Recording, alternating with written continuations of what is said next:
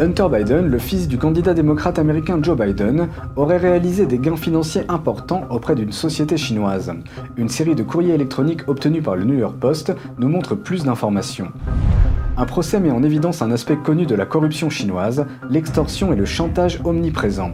Un chef de police a proposé de faire disparaître des accusations portées contre une entreprise, moyennant un certain prix. Le dirigeant du Parti communiste chinois Xi Jinping est retourné prématurément à Pékin après sa visite dans le sud de la Chine. Mais les médias d'État chinois ne peuvent pas expliquer pourquoi. Les soupçons montent, surtout après que Xi ait été observé en train de tousser lors de son dernier discours. Et les autorités taïwanaises affirment ne pas avoir encore trouvé les 48 citoyens disparus en Chine. Pourtant, la Chine a diffusé des confessions forcées de ressortissants taïwanais. Bienvenue dans Regard sur la Chine, je suis Vladian Huitens. Nous commençons cette émission par des questionnements au sujet du leader du Parti communiste chinois, Xi Jinping. Selon Apple Daily, le journal pro-démocratie de Hong Kong, un informateur interne confirme que Xi Jinping, le dirigeant du Parti communiste chinois ou PCC, est de retour à Pékin après sa visite dans le sud de la Chine. Xi s'est rendu dans la province du Guangdong. Il y a prononcé un discours à l'occasion de la célébration du 40e anniversaire de la zone économique spéciale de Shenzhen, mercredi 14. Cet événement intervient à un moment crucial pour la Chine, qui doit relever des défis tant nationaux qu'internationaux. L'attention du public étant tournée vers lui, beaucoup s'attendaient à ce que Xi fasse plus de visites pendant le voyage. Mais surprise, il est rentré à Pékin après seulement 3 jours. Le jeudi 15 octobre, l'agence de presse Xinhua, qui est dirigée par le parti, a publié à l'improviste un communiqué de presse sur le voyage de Xi dans le Guangdong. La fin brutale du voyage de Xi a éveillé des soupçons. En Chine, les informations relatives aux dirigeants du régime, comme les détails sur leur famille, leur santé et leur programme, sont cachées au public. Cela signifie que les Chinois doivent souvent rassembler des informations limitées pour tenter de découvrir ce qui se passe réellement. Et cette affaire ne fait pas exception à la règle. Lors de son discours à l'occasion de l'anniversaire du parti, Xi a toussé plusieurs fois pendant une courte période et a parlé beaucoup plus lentement que d'habitude. En conséquence, certains soupçonnent que sa visite a été écourtée pour des raisons de santé. C'est la 3e fois que Xi se rend dans la province du Guangdong.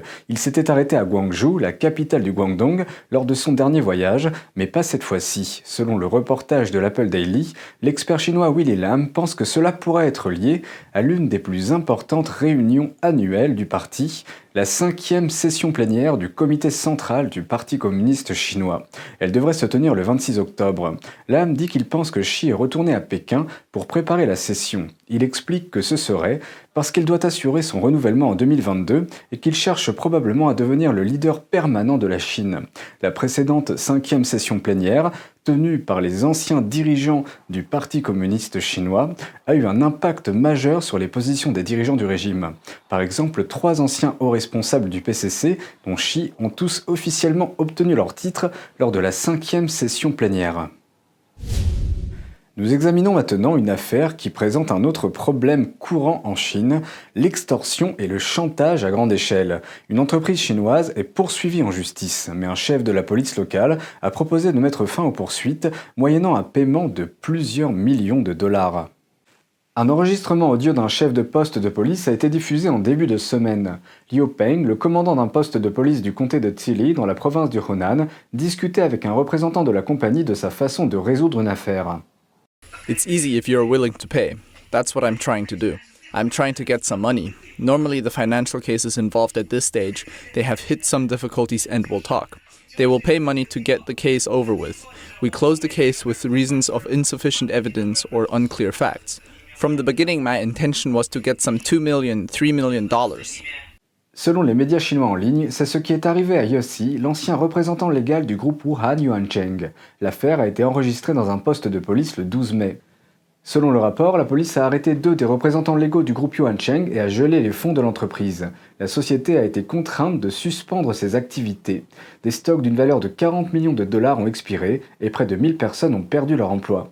Le chef de la police, Liu, a souligné à plusieurs reprises que de l'argent pouvait régler cette affaire. Il a demandé à l'origine plus de 7 millions de dollars. Le montant est finalement tombé à environ 1,5 million de dollars. Liu Xiaopin, un ancien policier de la ville de Dalian, basé aux États-Unis, a déclaré qu'il est très fréquent que la police extorque de l'argent. Whenever corrupt officials are exposed, it's common that they own assets of $15 million, $150 million, or $500 million. The high-ranking officers in the security system abuse their power to arrest people. Then when they realize some cases are lucrative, they would plot to extort money out of the accused. That's how they handle cases. Liu a dit que bien souvent, de fausses accusations sont portées contre des personnes. Il a dit que la police invente une raison pour arrêter les gens pour essayer de leur extorquer de l'argent. Il a donné un exemple du poste de police où il a travaillé. Le chef a demandé aux policiers d'arrêter des travailleurs du sexe et leurs clients, puis de les relâcher à condition qu'ils paient une amende. There were no receipts for the fine. It's normally $700 to $900 per fine, paid to the police station. I don't know how much the chief got from this. Those people knew it was impossible to get this money back. Liu a dit que la police ne s'occupera pas des affaires si elle n'en tire aucun profit. Il a dit par exemple qu'il y a de nombreux cas de trafic d'êtres humains et que beaucoup de femmes, d'enfants et d'étudiants ont disparu. Les caméras de surveillance sont installées dans tout le pays, alors pourquoi ces affaires ne sont-elles toujours pas résolues ? They won't do it if there's no profit. They put all their thoughts on profit, and everything is associated with profit. Also, courts abuse their powers when making judgments. It's commonly called talking cream off both the plaintiff and the defendant. Liu a déclaré que ce comportement était la conséquence du système du Parti communiste chinois. Nous nous penchons maintenant vers un grand fleuve d'Asie. Pékin a construit plusieurs barrages qui ont un impact sur les pays situés en aval du Mékong. Les pays en aval du Mékong ont souffert d'une grave sécheresse l'année dernière, ce qui a de nouveau soulevé la question des barrages chinois. En 2019, alors que le niveau de l'eau devait être d'environ 7,5 mètres, l'indicateur a montré que le niveau de l'eau n'atteignait que 2,5 mètres.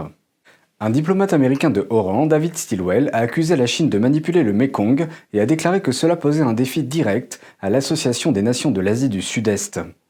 Avec ses près de 4000 km de long, le Mékong est l'un des plus longs fleuves du monde. Il passe à travers la Chine, le Myanmar, le Laos, la Thaïlande, le Cambodge et le Vietnam et est une source de vie pour 60 millions de personnes.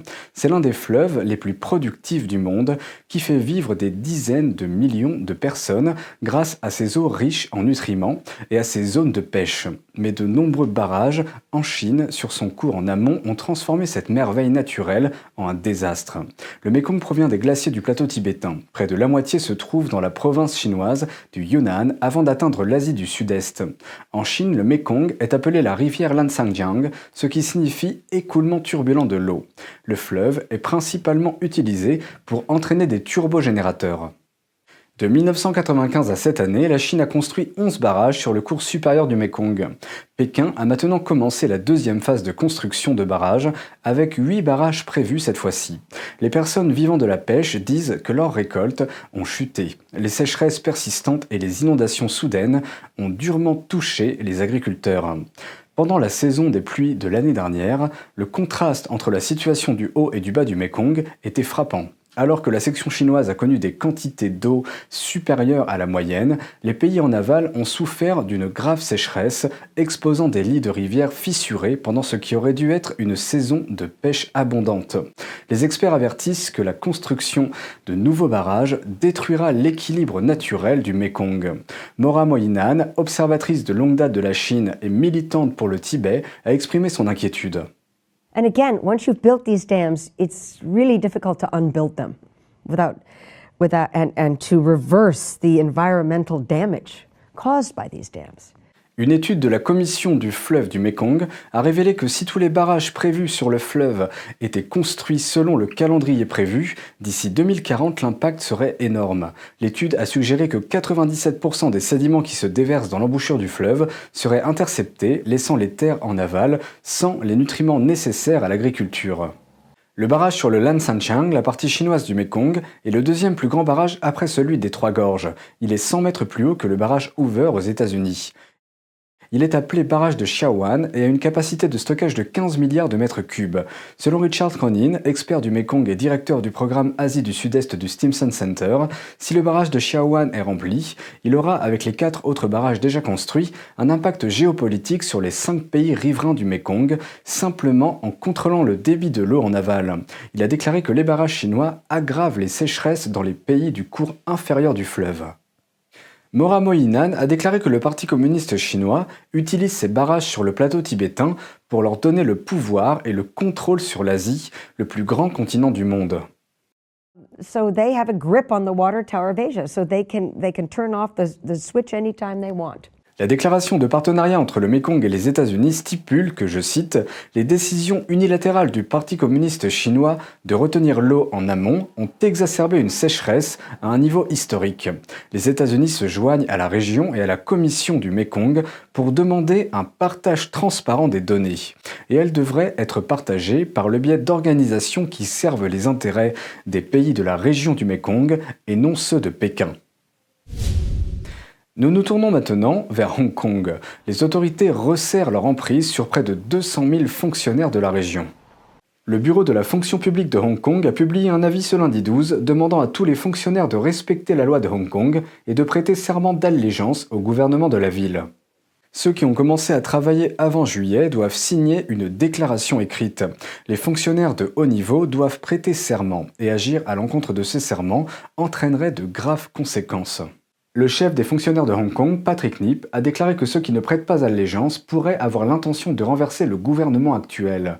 Ils pourraient être licenciés ou soumis à des sanctions conformément à la loi de Pékin sur la sécurité nationale à Hong Kong. Conformément à cette loi, les personnes condamnées pourraient être passibles de prison à vie. Les commentaires du chef restent vagues sur ce qui équivaudrait exactement à un non-respect de la loi.